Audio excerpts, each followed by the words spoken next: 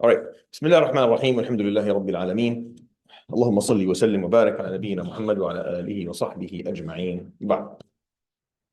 So today, inshallah ta'ala, is I think the third session. Third session, I believe. Is it the fourth? All right, then we're falling behind.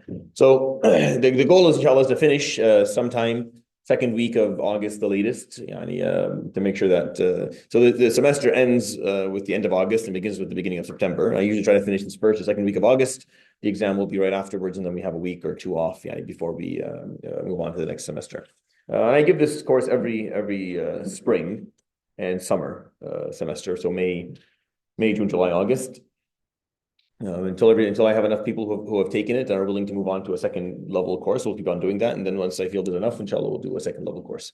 So as a first level course, what I really care for you to learn are just the fundamentals, just the basics of what it means, what creed means, and what it means to have a Aqeeda or a theology, something that you comprehend regarding who Allah subhanahu wa ta'ala is, who God is, what your role looks like, what the perspectives you carry are, and what are the facts of the universe that you live in. Are. And we've talked about the way that we're going to do this is very simple, actually. The way I'm doing this, and you'll figure this out as we go along, is I'm just going to break down the 6 arkan of Iman. That's all I'm doing. I'm talking about Iman billahi wa malaikatihi wa kutubihi wa rusulihi yawm al-akhir wal qadari khayrihi wa sharrihi. We talk about believing in Allah subhanahu wa ta'ala, and then His angels and the books and the prophets, and then yawm al-qiyamah and qadar. So that's all I'm going to do, literally in this course, nothing else. But the one that's going to take the longest time, obviously, is Iman billah, is knowing Allah subhanahu wa ta'ala. So before we can move on to anything else, I have to talk about the articles of belief in Allah subhanahu wa ta'ala and understanding His attributes and His names. And we're going to a little bit talk about what the modern controversies are regarding that and how to deal with them, inshallah, as a Muslim who try and navigate a landscape that is actually quite difficult these days. It's not a simple one, and it has caused a lot of division in the past, and it continues to cause a lot of division today. And the goal is that we understand Islam in ways that allow our minds to stay open, allow our comprehension of things to stay fresh, and put us in a position where we are able to use our critical thinking faculties and also appreciate the importance of sacred text and what the sacred text is actually explaining and the opinions of scholars of our history. And this is what we're going to attempt to do, inshallah ta'ala, in this course as we do every year. So we've talked about Allah subhanahu wa ta'ala in terms of the first attribute, which is existence. And the second one, in Sifat al-Salbiyya, we talking about the attributes of denial, or Sifat al-Salb. And we started with al-Wahdaniyya, which is the oneness of Allah subhanahu wa ta'ala. We spent a reasonable amount of time last time talking about. Today, we'll move on to number 2 and 3 within the 5 attributes of denial, which is al-Baqa wal-Qidam. And they're very similar to one another, but they're encompassed by one idea. So al-Baqa meaning the everlasting, and al-Qidam meaning the pre-eternal. Al-Qadim is pre-eternal. However, if you are to open a text of i'tiqad, old, really old, or moderately old, or even recent, then the scholars, when they want to speak of Allah subhanahu wa ta'ala and describe Him as the divine, they'll use the word qadim. This is the word that they will use. And non-divine, they'll use the word hadith. So the words qadim and hadith, if you are interested in i'tiqad and you start reading books, then the word qadim, what they mean by that is not old, and they don't even necessarily mean pre-eternal. They mean divine, the one who is beyond all of it, meaning the Almighty, which is because the word divine describes Allah subhanahu wa ta'ala as the one who is not encompassed by time or space, and He is not similar to His creation. All of the attributes put together, we use the word divine. And divineness will continue to be, as I explained last time, what we don't understand. We'll never fully comprehend what it means. If we could, then we would be divine ourselves, and we are not. It's as simple as trying to understand these 2 words. And the proof of what I'm saying is just trying to understand these 2 words. Go ahead, understand or comprehend or imagine something that doesn't begin. Go ahead, take a moment and try to do it. Imagine something that never begun. Go ahead. I dare you. I double dare you. So it's nothing wrong with you or me. It's just the fact that we don't have the capacity to understand something that doesn't begin, because we are encompassed by time. Everything for us has to start and even has to end, which is why al-baqa is also hard for us to imagine. That's why I tell people, I'll dare you again. Try to imagine eternity in Jannah. Eternity. Like eternity. It never ends. When you get older, you start getting better at this, not because you can imagine it, but because you learn a few skills of ignoring realities. Like you become good at ignoring stuff, so you can maybe start to imagine it, but it's not because you somehow understand eternity. Because you and I don't understand things that don't begin and don't end. They don't make any sense to us. Because, okay, we go back. So let's say you attempt to understand qidam, understand pre-eternality. So you go back and you go back and you go back, but then you keep on going back, and after a while you're like, well, okay, but there has to be like a moment where it all kind of started. And if I tell you, no, go beyond that and you keep on going, it becomes very frustrating to you. Like your mind gets tired and it gets upset because there has to be a point. And if I go forward also in that same line, it becomes very difficult. And this is how we're supposed to understand Allah. And he describes himself, subhanahu wa ta'ala, like that in a beautiful way. Surah Al-Hadid, huwa al-awwal wal-akhiru, right? Wal-zahir wal-batin. We'll talk about those, inshallah, in a little bit. But huwa al-awwal wal-akhir. He is the first and he is the last. How are you the first and the last at anything? Unless one of two possibilities. Either you're running the race alone, you're alone, there's no one else, so you're the first and the last, right? That's one piece of his oneness, subhanahu wa ta'ala. The other one is that if time means nothing to you, meaning time is not something that is applied to, we can't apply time to you. And that's why he described himself that way, subhanahu wa ta'ala. Awwal wal akhir, the first and the last, because it doesn't mean anything. That's why he speaks about the past in the Quran in the future tense, and he speaks about Yawm al-Qiyamah in the past tense. And if you read the Quran, you'll find it. Ata amrullahi, fala tastajilu. Talks about Yawm al-Qiyamah. سيقول الذين أشركوا, and they had already said it 10 years prior in a different situation. And the reason that he moves these tenses around, subhanahu wa ta'ala, in the Quran, because time doesn't mean anything. He created time. Time is a construct of Allah subhanahu wa ta'ala's divinity, which is why he says, لا يسب أحدكم الدهر فإني أنا الدهر. Don't curse time. I am time. Not literally, as in he created this concept. When you curse time, you're cursing. There's no one.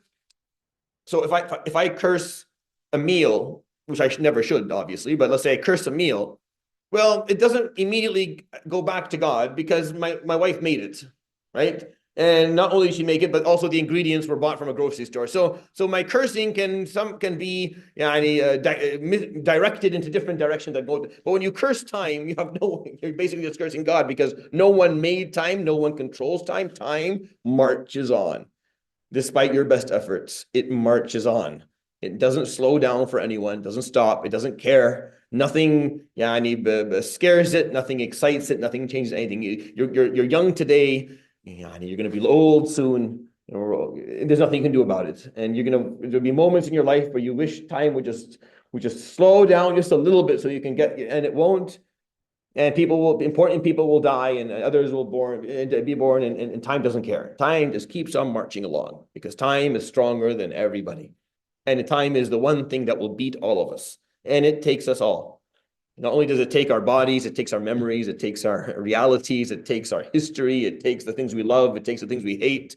Everything is solved one way or the other by time. And that's just the reality of it. So it's that powerful. It's one of the most powerful, it's one of the most powerful forces in the universe, is this time. And Allah subhanahu wa ta'ala is not encompassed by it. If he were subhanahu wa ta'ala, then he wouldn't be God, and time would be God. And then we would have a God to worship, and it would be called time. We worship time because it's stronger than the strongest one of all of us. But it isn't. There is one who created it and put us within it, and he is not. And that's what I mean by when we talk about the essence of Allah subhanahu wa ta'ala, you have to be prepared to understand that there are aspects of that you will not understand. One of his names, subhanahu wa ta'ala, is Al-Aziz. Al-Aziz is the unfathomable, right? That's one of the meanings for it. Because azza alayna fahmuhu, meaning it's beyond us to be able to understand his essence.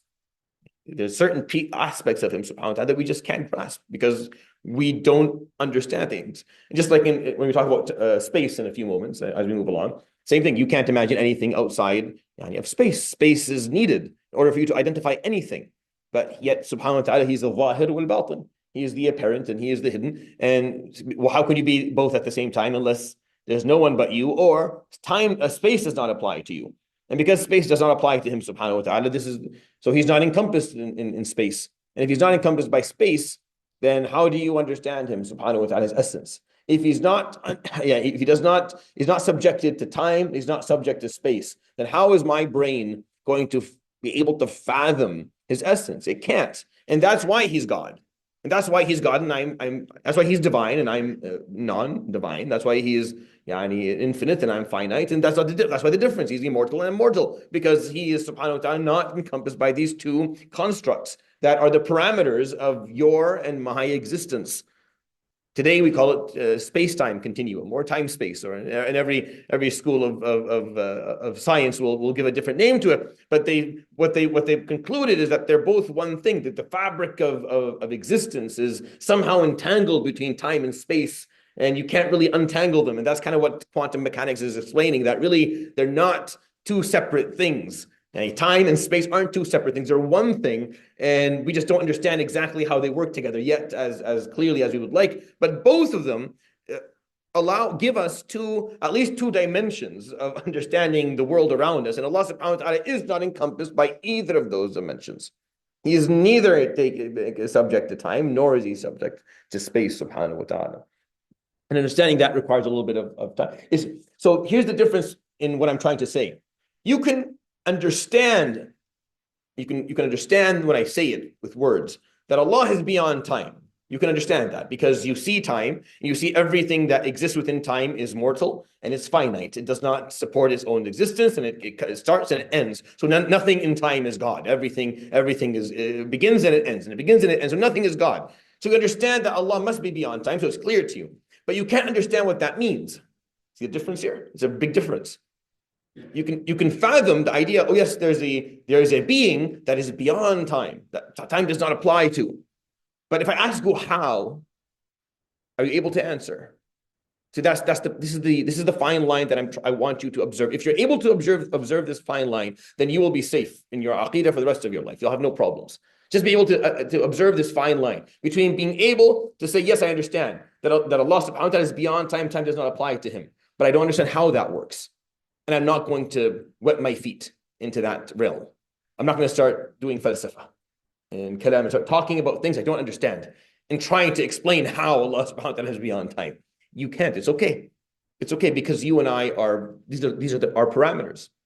It's interesting, isn't it? Like the strength of the mind that you carry up here is fascinating. We can understand that, yes, there are three dimensions. I can imagine that there must be theoretically 5 and 6 and 7, but go ahead, imagine a fourth.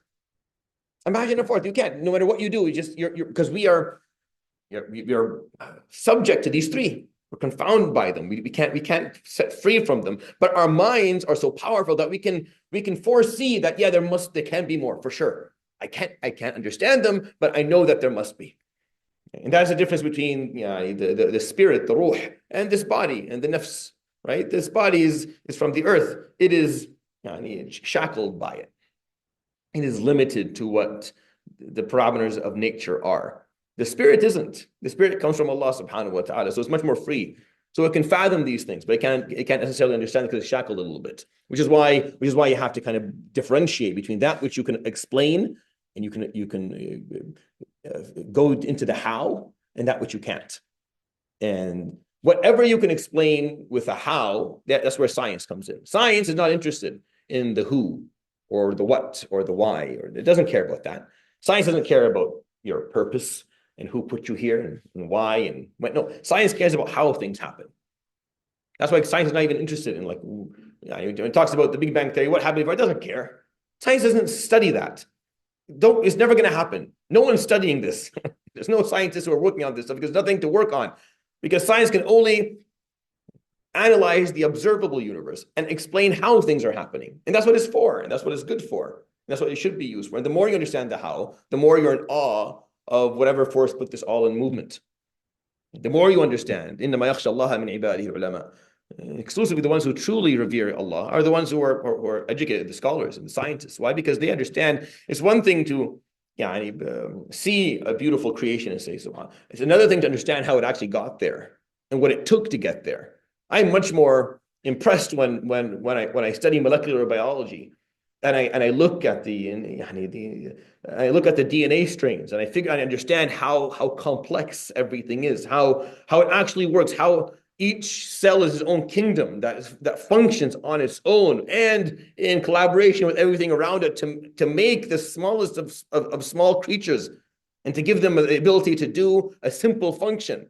So when you understand that, you're in awe of whatever force put this into movement. When you don't really understand that way, if you understand God in the medieval sense, and these are medieval understandings, they're not Islamic understandings, by the way. You'll be surprised when you study Islamic theology how our scholars actually understood the world.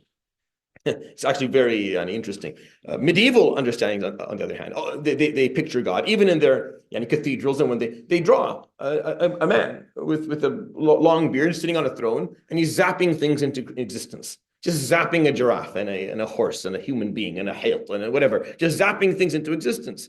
And that may be impressive a little bit, but I find it way more impressive when you show me the variety of creatures and the concept of the mononucleus, like the one strand, the three nucleotide DNA that existed in the first creation, and that from this there was enough programming in that alone to basically bring everything that you see around, all the diversity, and we're not even talking about the millions of species that lived and died throughout history. That's more impressive. It's way more impressive than giving me a mystic answer where it just happened out of nowhere. Both you can find interesting, but this is how you understand Allah subhanahu. So the how is the science, but there's a limit to it. Science knows its limits. I feel like there's a new religion now called scientism. You can look this up. Scientism now is its own religion. It's where we replaced religion and put science. And science was never designed to be a religion. Science is just trial and error of the observed universe, just analyzing and critically asking questions until you figure out methods and ways. That's all it is. And it's a very powerful tool, and if it's used appropriately, it can bring a lot of leisure, and it can relieve pain, and it can remove difficulties, but it's not going to replace a theology. It was never designed to do that. And it's one of the books, as we go through this course, obviously I will recommend things for you to read. One of the books that I think is worth reading is called The Divine Reality. It's written by Hamza Tsortsis, and I highly recommend this book as reading material. He has online a number of articles. You can look them up, and they can substitute the book if you don't want to read the whole book and you think it's too big. And the articles are on his website. They're for free, so you can read them as well. We did a project when we did this first Aqeeda course where people summarized the articles. So we have a summary for them somewhere. I don't know where it is, and we can share it, inshallah, in the classroom for those who would like to read them. But it's a book that's worth reading because he goes over a lot of the topics that I'm explaining, and it gives you some time to kind of process it. So the understanding that Allah subhanahu wa ta'ala is pre-eternal, He's everlasting. The universe is not eternal. And this is proven through the second law of thermodynamics. And I'm not going to waste a lot of time. You can go read that on your own and figure that out. We know today, and this was a big deal, what science actually gave us in terms of the law of thermodynamics, ended a 4,000-year-long debate. Because for 4,000 years, at least, the strongest debate that the philosophers has, it was that the universe in its own essence was eternal. So we don't need an eternal force because the universe is eternal. And then, good old science came along and it proved very clearly that the universe is not eternal. Again, proving that which most scholars of religion, theology, and scientists of nature knew from the beginning, that the universe is not eternal. It started at one point, it's going to end at another point, at some point in the future. But Aristotle, his theory, what he claimed, and this is his theory, is that matter, time, and motion all pre-existed. Now, he believed that there was a prime mover that controlled them, but he believed that all three were eternal. And these three pieces, time, matter, and motion, were all pre-eternal. And then there was one force that put them into motion. And that force was not necessarily God. It was and of course that was equal to the other three. So he had a bunch of he was not a monotheist, unfortunately, at the end. But this is the theory that he came, and this theory was accepted for a very long time. For a very long time, those who were anti Abrahamic faiths and other faiths accepted the pre-eternality and pre-existence of time, motion, and matter, and the prime mover, aka God, that put them all into that kind of got them all moving. And that took away a lot of and it was designed, this theory, well, at least that's how we understood it, but his theory ended up being the main fuel to counter religions over time, saying that you don't need a God because the universe that we live in is eternal in its own essence. So the need for a God that is eternal is not there anymore. And even if there is a prime mover, he is not powerful all on his own. There is another, the universe is equally eternal to him. And it's a very complicated argument that I'm not interested in. But this was the main philosophical argument that the Muslims, when they came to the center of the intellectual world, this is what they were dealing with. And the interesting piece is that the Muslim scholars had a great deal of respect to Aristotle, to the point where they called him al-Muallim al-Akbar. And scholars had to tell them to stop using that term because that's only for the Prophet. Was being confusing. But this is the respect that they had for him. Meaning, and this is something that you will find if you study Islamic history, that Muslim scholars and scientists would show a lot of respect for scholars and scientists who were not a part of their faith, and actually sometimes countered their faith or went completely against them if they had intellectual product that was worthy of being in awe of or being impressed by. And obviously Aristotle was a great philosopher of his time, and the Muslims, when they studied his work, they benefited a lot from it, and they found it to be extremely helpful in critical thinking and in the building of knowledge and science and scientific method and whatnot. And even though he made arguments that went against what our Islamic theology, they still respected that. And that's a very important part of our history, that we didn't discredit people's work because there's a part of it that we absolutely disagree with. Obviously disagreeing with him on this main premise of how the universe exists. The Kalam cosmological argument, which is what we talked about previously called the infinite regression argument, is what Imam Ghazali made.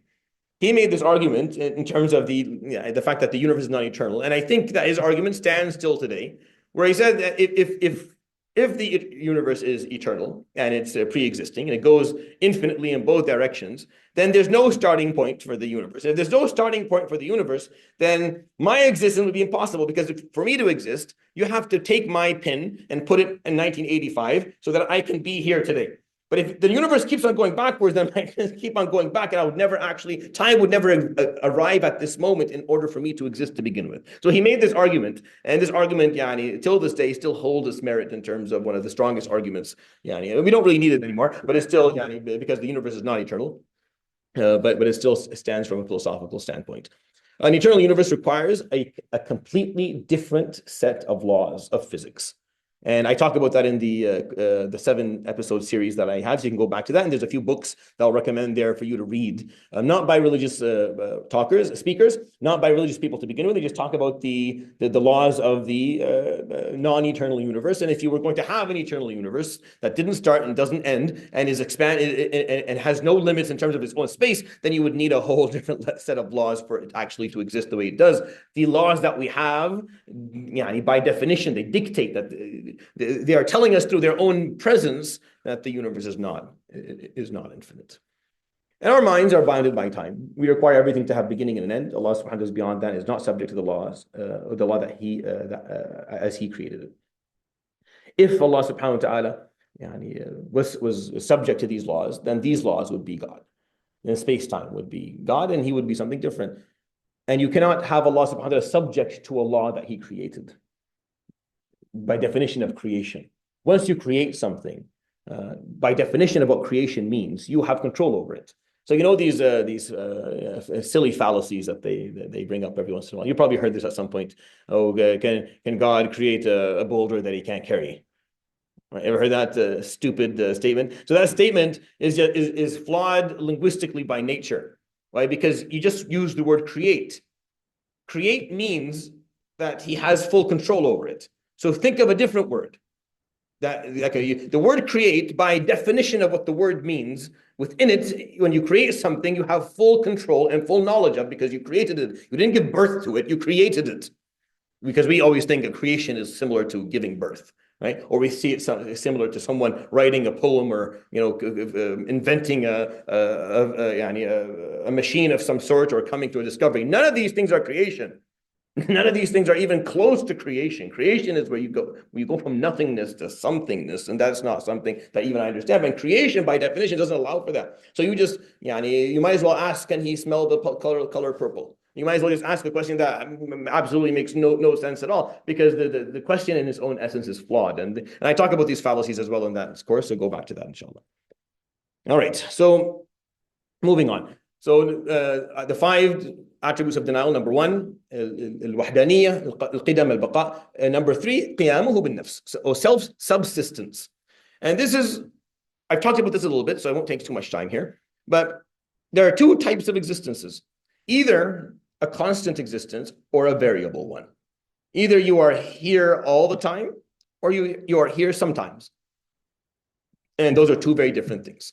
Either your existence is something that you fuel on your own, or your existence requires some other existence. And all of us and everything that we know and everything we've come into contact with, physical or non-physical, everything that we've ever seen, heard, touched, smelled, or thought of, or been able to imagine, are not self-subsistent existences. They are variable like ours. I was not here at one point, and he says that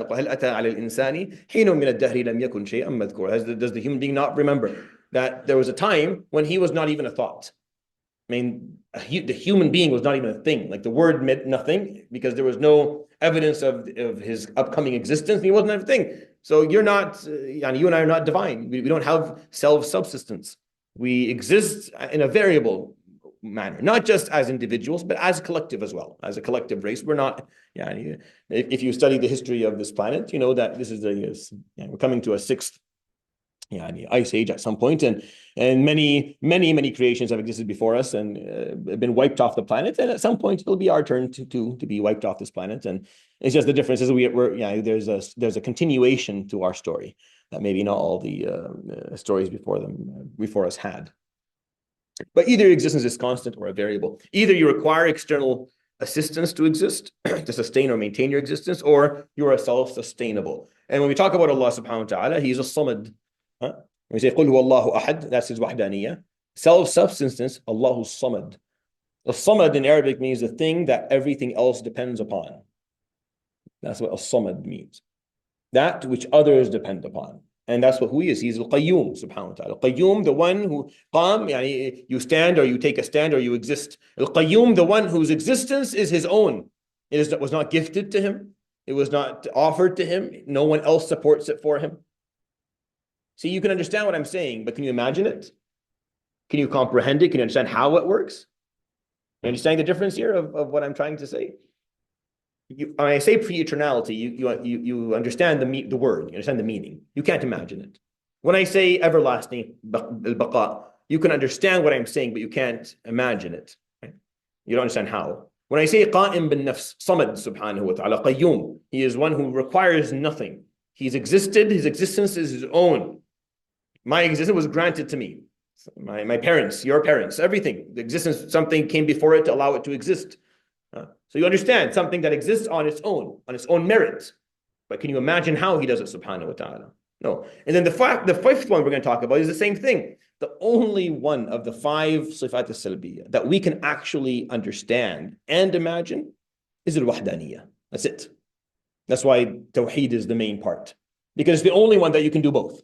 The only way you can understand what it means and also imagine that He is al-wahid, al-ahad, subhanahu wa ta'ala. That's why the emphasis in our deen, is tawheed, because you can understand that one, you can grasp that one well. The oneness of Allah subhanahu wa ta'ala was one thing that you can fully understand. You can imagine what it's like. You can't imagine how He does not, there's no beginning to Him, how there's no end to Him, how He supports His own existence and did not require any assistance at any point. Or the 5th one, you can't understand mukhalafatuhu lil hawadith, unlikeness to creation. As He says subhanahu wa ta'ala, or وَلَمْ يَكُنْ لَهُ كُفُوًا أَحَدٌ, no one is equal to Him. Right? No one is similar to him. No one. This is the anchor ayah. This is the umbrella verse which negates any attempt of anthropomorphism. So you have to understand this term. Anthropomorphism is an important term because if you study Aqeeda in the books that are in English, this is important. This is al-mushabah lil-hawadith, meaning being anthropomorphism is when we make God similar to human beings, or vice versa. More the first though, more than the latter. Laysa kamithlihi shay is an anchor ayah in the Quran that explains very clearly that nothing is even remotely similar to him, which is why the second piece of the verse is وَهُوَ السَّمِيعُ الْبَصِيرُ, and he is the all-hearing and all-seeing. Just not like you. Because you can see and you can hear, but not like him. So it's not the same thing. It's not the same. So again, we're going to come to the same point. We understand what it means. We understand that he is Sami', he hears, but how? You understand how? Okay, we'll get the same point we're going to come to. And the more you try to talk about this, the more you try to talk about the how, the more the deeper the grave that you're digging for yourself.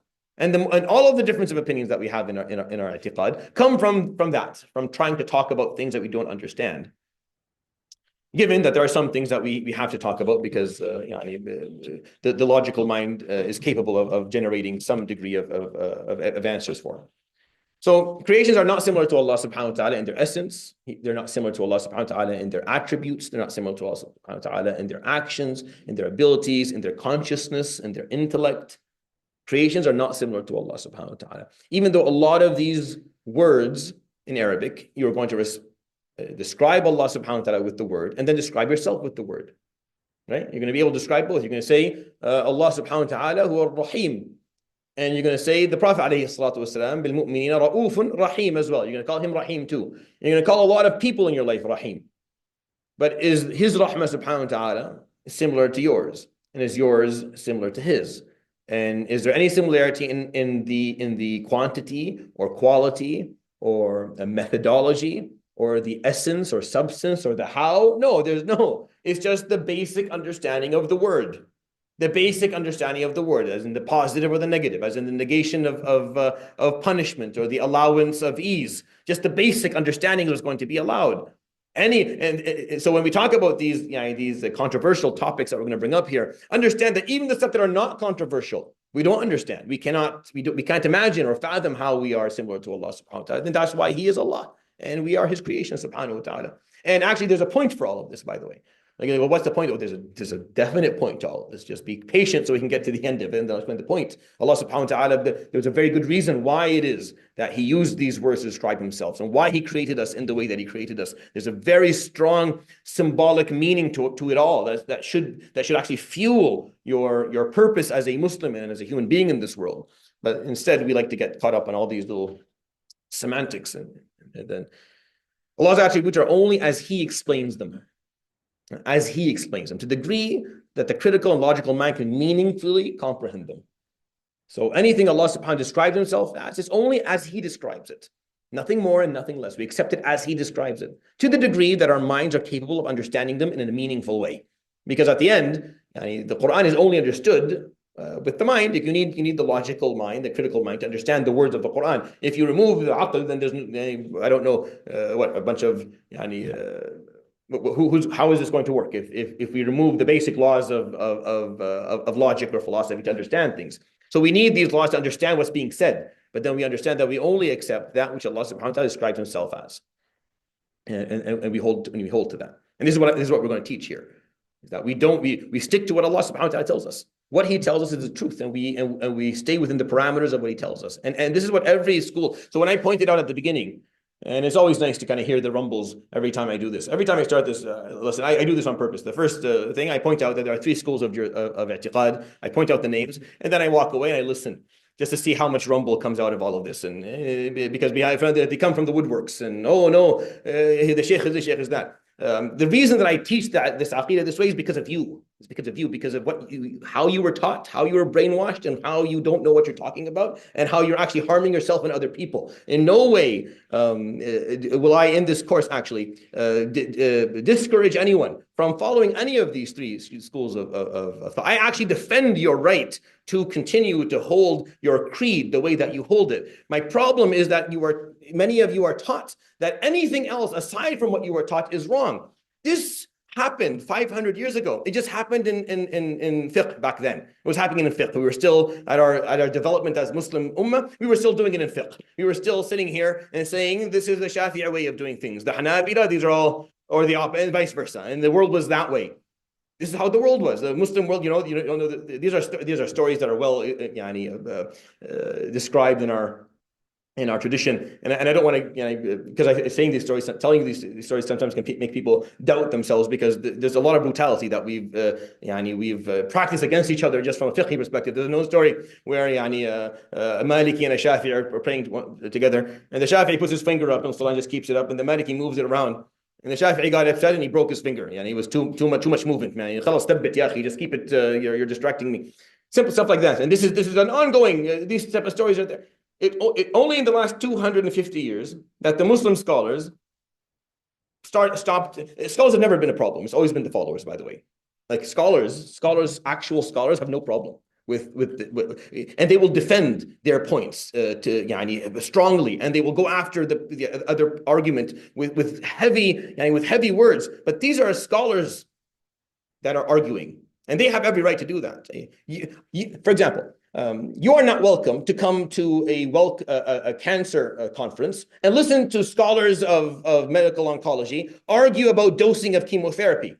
You have no skills to understand what's being said. And for you to take the opinion of one of these guys and use it against another physician somewhere else is absolutely ludicrous. You will immediately you'll get a flag on your name. Every physician will ever see you again and oh, this guy is all right. What do you want? Here's some pills. Bye. There's no way, because you're not in a position to understand. These arguments will happen heavily between scholars, but then there are things that are understood by these scientists as they do these things.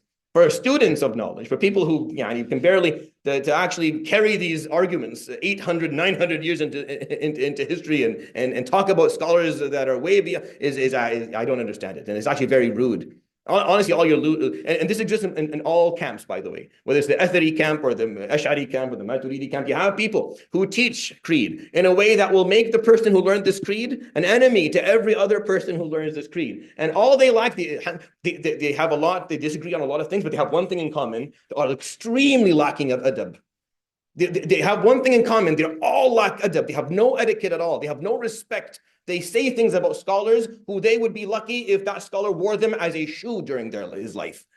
Someone that I am not good enough to be, the dirt under his feet, and yet you are speaking about, but what are you doing? This is not your, learn. Of course, you're supposed to do talab ilm. My job here when I teach you in this masjid is to make sure that I don't teach you things that will harm you in your life, and harm your ability to become a better Muslim, and harm your ability to be in synchrony with the world around you and be in unity with your Muslim brothers and sisters, and still holding on to the authentic understanding of what Allah subhanahu wa ta'ala put in his book. That's my job. And if I betray that amana, then you should not forgive me.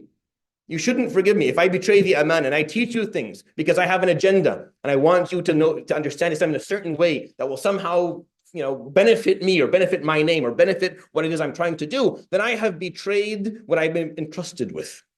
And that to me is a big problem.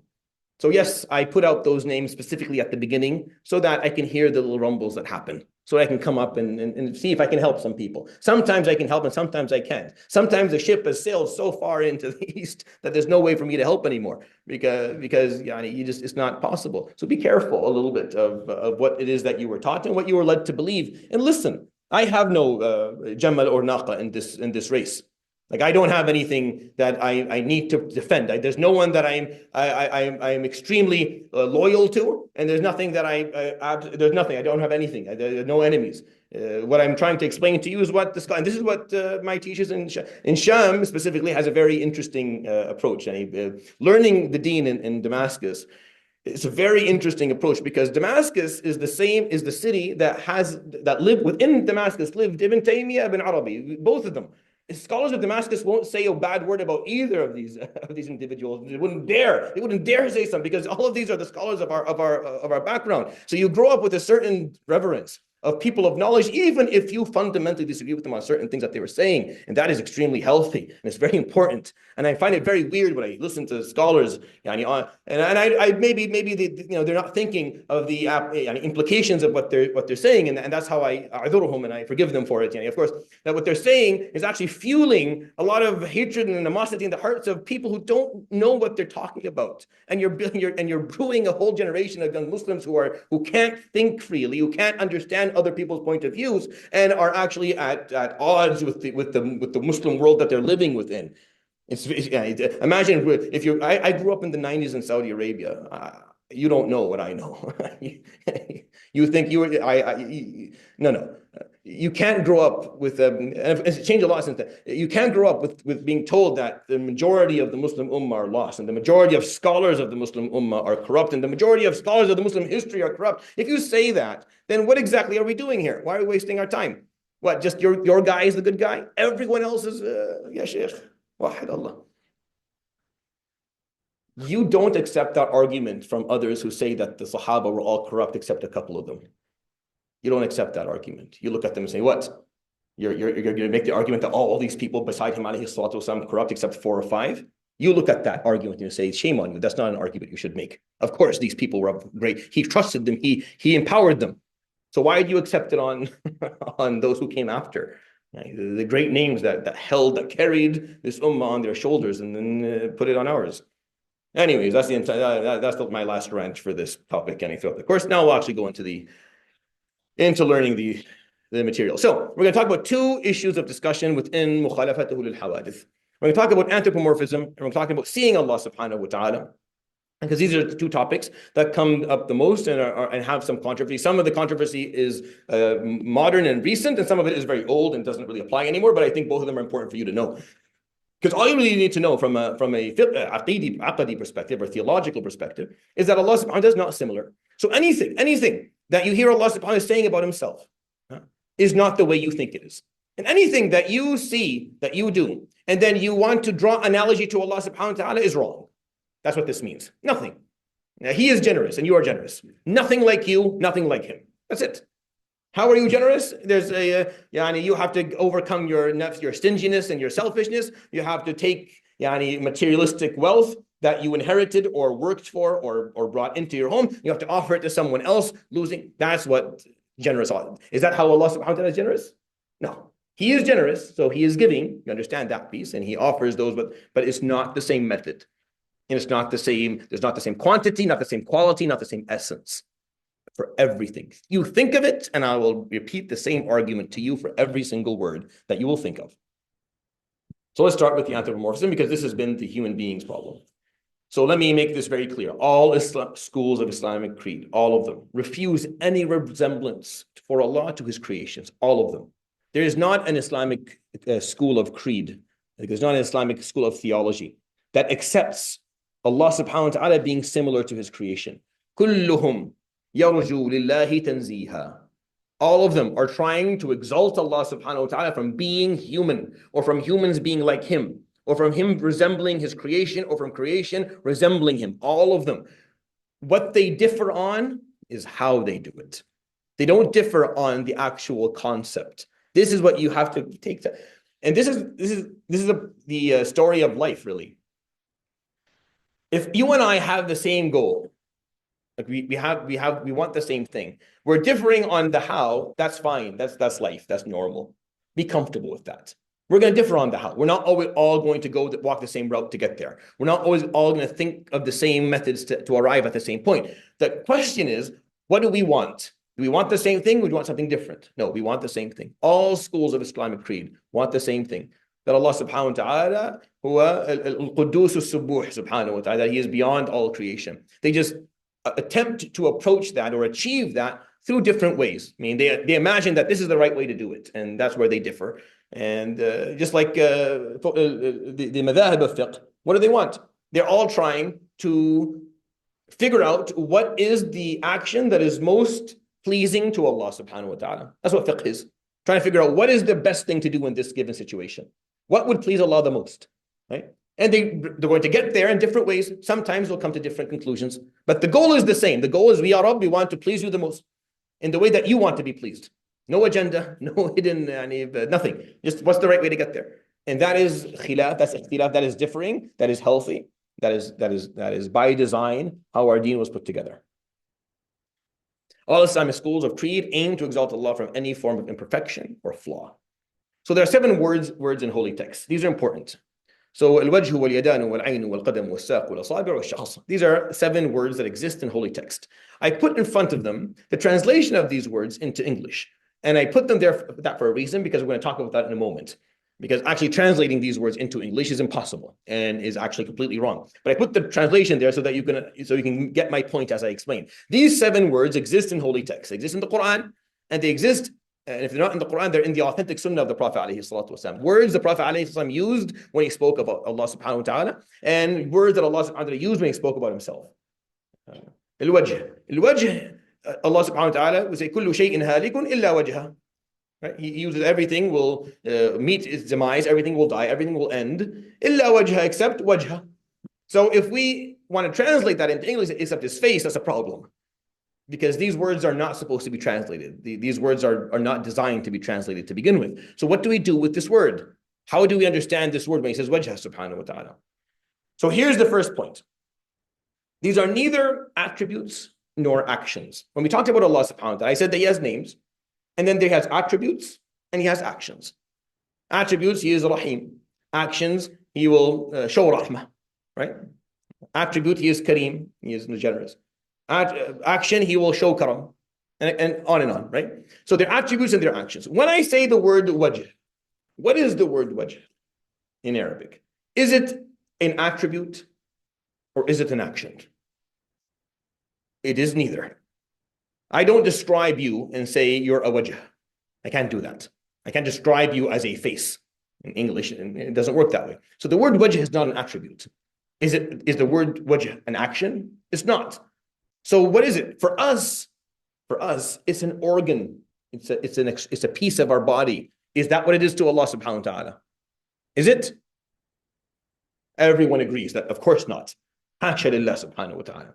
Hasha lillah that it's an organ as it is. Of course not. Laysa kamithlihi shay. I have a face is sitting on top of my neck. That's not how it is for Allah subhanahu wa ta'ala. Of course it's not. So then how to understand it? I explained to you 3 months ago that we can't because I don't understand what it means to be beyond space and time. And if you're beyond space and time, how do I understand what this word means? So because of this, because of how complicated this is right now, because he's using this word subhanahu wa ta'ala that exists in Arabic with a certain meaning, knowing that it cannot mean what it means the way we understand it, the way we're used to it. I can't imagine an actual face. Then how am I going to understand this word? So we ended up with 3 different ways of doing it. And that's all it is. This is the whole 900 years of absolute chaos. This is all it is. It's just how are you going to understand this word? That's it. And scholars have come up with 3 different ways of doing it. This is an issue of tertiary i'tiqad. I don't even like putting it in when I used to teach at Aqeeda first course, I never talked about this. Only in the last 10 years did I start doing that, because I started to find out that I can't afford not to. Because when you're being taught this way before its time anyways, and you're being taught it in a way that either that is going to cause you difficulty with everything around you, is going to cause you to be very upset and uptight when you hear someone say something not the same. So I'm forced to talk about it. Otherwise, really, the first level of i'tiqad shouldn't even talk about these things. These are very, very complex. They're very complex topics that you could afford to live your life and never think about, and never understand, and never even talk about, and you'll be fine, yawm al-qiyamah. If you didn't have an opinion on this, you'd be fine. You wouldn't be if you didn't understand that he is wahid, that he is qadeem, that he is baqi, annahu la yafna wa la. If you don't understand that he is ahad, samad, lam yalid, if you don't understand those, then you're in trouble. But if you're not able to explain and articulate how to comprehend the word wajh in the Quran, kullu shay'in halikun illa wajha, bal yadahu mabsutatani yunfiqu kayfa yasha. If you don't have the ability to articulate what that word means, you'll be fine. You'll be fine. But you can't afford not to understand the other stuff. Then how is it that we're going to approach these words? We'll just see. So the first thing is that we can't call them an attribute or an action. So what do scholars do? Scholars decided to put them under attributes. So they're called sifat, right? They're called sifat, but we know that they're not actually sifat, but we need to give them a word. We need to put them under some umbrella. Some scholars actually gave them their own categories. Modern scholars from the Athari school, by the way, gave them their own category. ما ليس بصفة وما ليس بفعل لله سبحانه وتعالى. But the majority of scholars historically said, okay, we'll put these under sifat because he used them to describe himself subhanahu wa ta'ala. So it's just like a little bit of a linguistic acrobatic move to say, okay, he used them to describe himself, so we'll call them sifat. But in essence, they're not attributes because we know what attributes are. We understand Arabic, we understand language, and a face and a hand. These are not attributes. I don't describe you that way. They are to us organs. We can't call them organs to Allah subhanahu wa ta'ala. We all agree upon that. Ash'ari Maturidi Athari. There's no difference of opinion on that whatsoever. We all stand very clearly in front of the tsunami of religions and non-religions that actually have no problem calling that to God. Have no problem making God closer. See, the problem with anthropomorphism is this has been the ongoing effort of the human being to either bring himself closer to being godlike or to break God down a little bit. We never liked that piece. We never liked that piece. Adam didn't like that piece. Adam's main sin was from that. Adam was told you're a servant and you're going to die. He didn't like either. He didn't like either because he saw the grace of his Lord and he didn't like the fact that he was just a servant. He was going to die. So Shaitan knew exactly where to come to him. He said, تكون ملكين أو تكون من الخالدين. You'll be immortal or you'll have sovereignty. So Adam was weak at the time. And it was the dhanb of the fitra, obviously, the sin of his fitra. He wasn't, he had not achieved clarity on things. He never sinned again. But this is, Allah subhanahu wa ta'ala is teaching us that there's a part of you, there's an intrinsic part of you, an inherited aspect of your existence where your nafs doesn't like that it's a servant and it's mortal. It wants to be more. And since it can't be more, since I can imagine, Greek mythology, I can imagine it, and we can animate it, and we can make movies about it, and we can see people who shoot lightnings through their eyeballs, and people who can bend nature and bend matter. It's absolutely, but we can imagine, but we can't do it. And we can't actually get closer to being like that, to being godlike. Then the next best thing, break him down a bit. حاشا له سبحانه وتعالى تجلى في علاه تقدس وتعالى. But that's what human beings have done. And how they've done it? Anthropomorphism. Just make him more like human. Give him a wife and a child. Get him angry. Let him bleed. And then suddenly make him flesh and blood. And then suddenly he's more human-like. And he's not divine anymore. Right? جل جلال الله. Subhanahu wa ta'ala. That's why, what is our deen? Subhana Rabbi al-Azim. Subhana Rabbi al-A'la wa bihamdi. You pray, that's all you do. Subhana Rabbi al-Azim. Subhana Rabbi al-Azim. Allah subhanahu wa ta'ala is beyond, he's exalted from any of that nonsense that the human brain and the human nafs wants him to be. There's nothing like that. Because that's what we want. It's nicer that way. Right? When you're in the mud, you don't like it that people standing on that high hill looking down on you. If you can't get up there, the next best thing is you bring them down into the mud with you. Get them dirty. Once you get them filth on them, now it's easy. Now there's something to compare. It's simple human nature. So what do we do as Muslims? نقدس الله ونوحد الله ونسبح الله. These are the days, right? Of Dhul Hijjah. نكبر الله ونوحد. We exalt him subhanahu wa ta'ala from any similarity to anything that is human-like. And that is what our deen is based on. This is what our deen is embedded and rooted in. And the scholars of all of these schools of creed and theology have just tried different ways of doing it, and they've come to different conclusions. And I don't know where the haqq exactly is. Just like in fiqh, I can't tell you exactly what is the proper opinion on where to put your hands on salah. I don't know. And anyone who says that they do, that's a red flag for me. Someone who uses the term, and the right thing is this, the right thing, according to whom? The right opinion according to whom? To you? Say that. Say, in my opinion, this is the right way to do it. That's fine. I'm actually obligated to do that for you. I'm obligated when I sit down, for example, before Siyam, before Ramadan, or before Hajj, I show you the fiqh, and I'll tell you, these are what the scholars said. This is what I think. You can choose to listen to me. You can choose to ignore me and do what another scholar finds. But for me to say, this is the correct way to do it, according to whom? See, that's very arrogant, as if I have put myself in a position where I have that authority, that critical, philosophical, theological authority to say what is right and what is wrong. And I don't. And maybe some people have that ability to do that. Allahu A'lam. So these are neither attributes or actions. You cannot describe Allah with these words nor understand them actions. We call them sifat, so just remember that. But remember this point. I'm trying to give it time because I want you to sink in because we're going to come back to it in a little bit. So the 7 words, الوجه واليدان والعين والقدم والساق والأصابع والشخص. Know these words because they're important. And then there are actions that elude resemblance. Now, if you understood what I was saying, every action kind of eludes resemblance. Everything. When I say he's yarham, he shows mercy. That eludes resemblance, unless you have already immediately said, nope, not like me though. And I don't do it like him. He shows rahmah in a divine way, not in the way that I show rahmah. I can't. But there are words, there are actions that are, let's say, they elude resemblance in an extra manner, like a little bit more. For example, an-nuzul, when the Prophet ﷺ says, "Inna Allah yatanazzalu ila as-sama'i ad-dunya," Allah subhanahu wa ta'ala, he used the word yanzil, right, descends. This one, it really eludes resemblance. It's to the point where we can only understand it physically almost. But the only way we can understand it is that he's moving physically from one spot to the other, which we know he is not in space. So how is that happening? Same thing goes with ta'ajjub. If I'm in awe of something, or I'm surprised, or I'm impressed, that's a very human behavior. So when he's described that way, يتعجب, then it eludes resemblance. So what do I do with that? الرضا, الغضب, الاستواء, الرحمن على العرش استوى. The word istawa in Arabic has a very specific movement that a human being does, and it eludes resemblance. So how do we deal with all of these words, etc.? There's a lot of them. But in terms of actions, there's a lot. I can't even put them for you in one page. There's a lot of words that exist in holy texts like the Quran or holy texts of the Prophet ﷺ that are like that. But the first 7 words, no, those are specific because those are actions. Those aren't actions. Actions are a lot of actions, and they're easy to. But the other 7 words, no, they're not actions. So what are they? So we're going to call them sifat for now. All right. So examples of verses that. How much time do I have? Oh no. طيب خير.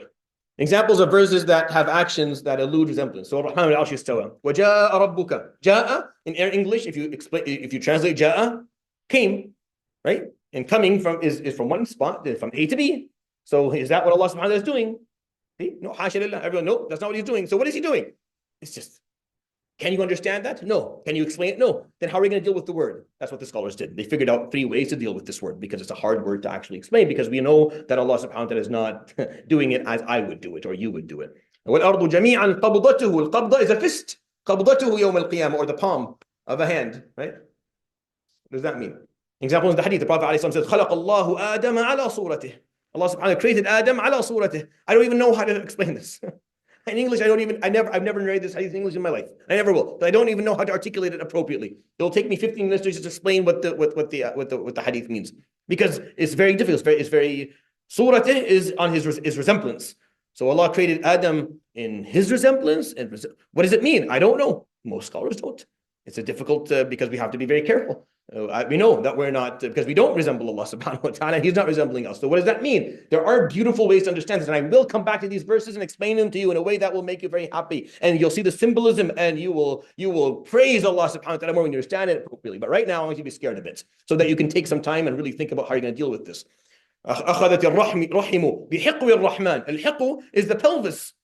الرحم يوم القيامة, الرحم, when Allah created, it took Allah subhanahu wa ta'ala, الحقو, this is what it took him by, and he used that word حقو. So how do you explain this? Right? ما ترددت عن شيء ترددي عن نفس المؤمن. The word تردد is to hesitate. Allah hesitates? لا. Then how do I understand this? ينزل إلى السماء الدنيا, he descends. So we have to have a simple way. You'll just choose one of the ways to understand these words in a method that exalts Allah subhanahu wa ta'ala from being similar to human beings and still allows you to understand what the words are saying and exalt him subhanahu wa ta'ala and learn the lessons that he's teaching in these verses and these hadith alayhi salatu wasalam. And that's what we have to learn, just to do both at the same time, where we can continue to exalt God and learn what he is teaching us subhanahu wa ta'ala in the Quran and the Sunnah.